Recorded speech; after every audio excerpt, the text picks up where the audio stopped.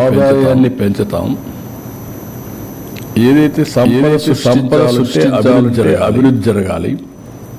అభివృద్ధి వల్ల సంపద వస్తుంది. సంపద వల్ల ప్రభుత్వానికి ఆదాయం పెరుగుతుంది. ఆదాయం పెరిగితే దాన్ని సంక్షేమ కార్యక్రమాలు పెట్టి నిరంతరం పేదరికం నుంచి పేదవాళ్ళని పైకి తీసుకొచ్చే అవకాశాలు ఉంటాయని చెప్పి నేను చాలా సందర్భాల్లో చెప్పాను. చాలామంది కూడా అన్నారు ఇవన్నీ ఏంటి అవి ఇవన్నీ మాట్లాడారు. నేను నమ్మిన ఆర్థిక సిద్ధాంతం ఇది. నేను ఇప్పుడు కాదు, 95లో నేను ముఖ్యమంత్రి అయ్యాను. 91లో ఆర్థిక సంస్కరణలు వచ్చాయి.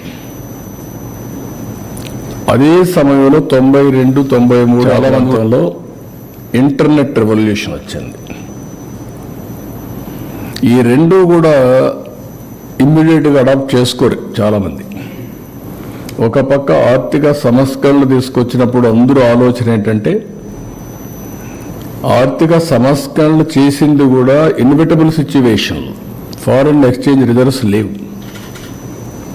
ఆర్థిక సంస్కరణలు తప్ప వేరే మార్గమే లేదు. బంగారు కూడా తాకట్టు పెట్టిన సందర్భం అది. అప్పుడు తీసుకొచ్చారు. కానీ నేను మనసా వాచా నమ్మాను కాబట్టి నేను ఓనర్షిప్ తీసుకున్నా. నేను మాట్లాడా.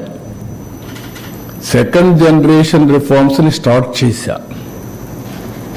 అందుకే మీరు చూస్తే ఈరోజు infrastructure all reforms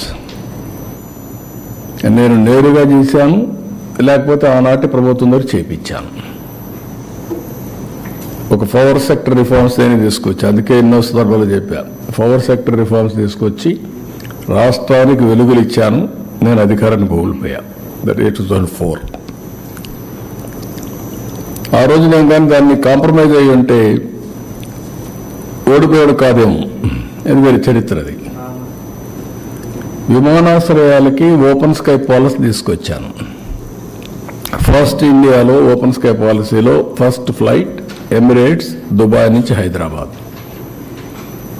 green field ఎయిర్పోర్ట్లకు శ్రీకారం చుట్టాం. అది కూడా మీరు చూస్తే first airport Hyderabad green field airport. అదే మరి రోడ్లకు శ్రీకారం చుట్టాం. నేను మలేషియాలో చూస్తే ఆ రోడ్లన్నీ మరుగు ఉన్నాయని వచ్చినప్పుడు వాజ్పేయి గారు చెప్తే ఆయన ఎక్కడి నుంచి వస్తాయి డబ్బులు అంటే, కాదండి మనం పెట్టే డబ్బులు సరిపోతుంది, ఈ విధంగా చేద్దామంటే proof of concept Nellore to Chennai. ఆ తర్వాత గోల్డెన్ క్వాడ్రిలేటరల్ రోడ్. ఇప్పుడు 2 లేన్ 4 లేన్ 6 లేన్ 8 లేన్ 14 ట్రాఫిక్ని బట్టి పెరిగిపోతున్నాయి. ఇవన్నీ కూడా చేసిన దానివల్ల సంపద వచ్చింది, ఆదాయం పెరిగింది. హైదరాబాద్లో అప్పట్లోనే first of its kind in India outer ring road 163 kilometres, 5,000 ఎకరాలతో ఎయిర్పోర్ట్. ఇవి చేశాం. అదే మాదిరిగా నేను టెక్నాలజీని అడాప్ట్ చేశాను.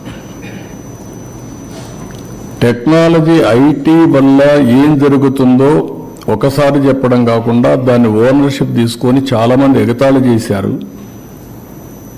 టెక్నాలజీ ఐటీ తిండి పెడుతుందని. ఈరోజు ఆ ఐటీ తిండి పెట్టడం కాదు కానీ ప్రతి ఒక్కరిని ఎక్కడికో తీసుకెళ్ళిపోతా ఉంది. సెల్ ఫోన్ లేకపోతే ఎవరుండే పరిస్థితులు లేరు. ఇవన్నీ విజువలైజ్ చేసి ఆ రోజు చేశాం. ఈరోజు గవర్నమెంట్ వచ్చినప్పుడు నేను చెప్పిన విషయాలు మీ అందరికీ డెవలప్మెంట్ చేసి సంపద సృష్టించి ఆదాయాన్ని పెంచిన ఆదాయంతో మళ్ళా అభివృద్ధి చేస్తూనే సంక్షేమ కార్యక్రమాలకు నాంది పలికి కంటిన్యూగా ఎన్ఫోర్స్మెంట్ చేస్తామని చెప్పాం. అదే మరిగా వచ్చిన 7 నెలల్లో స్వర్ణాంధ్రప్రదేశ్ విజన్ 2047 తీసుకొచ్చాం. దాంట్లో నిర్దిష్టమైన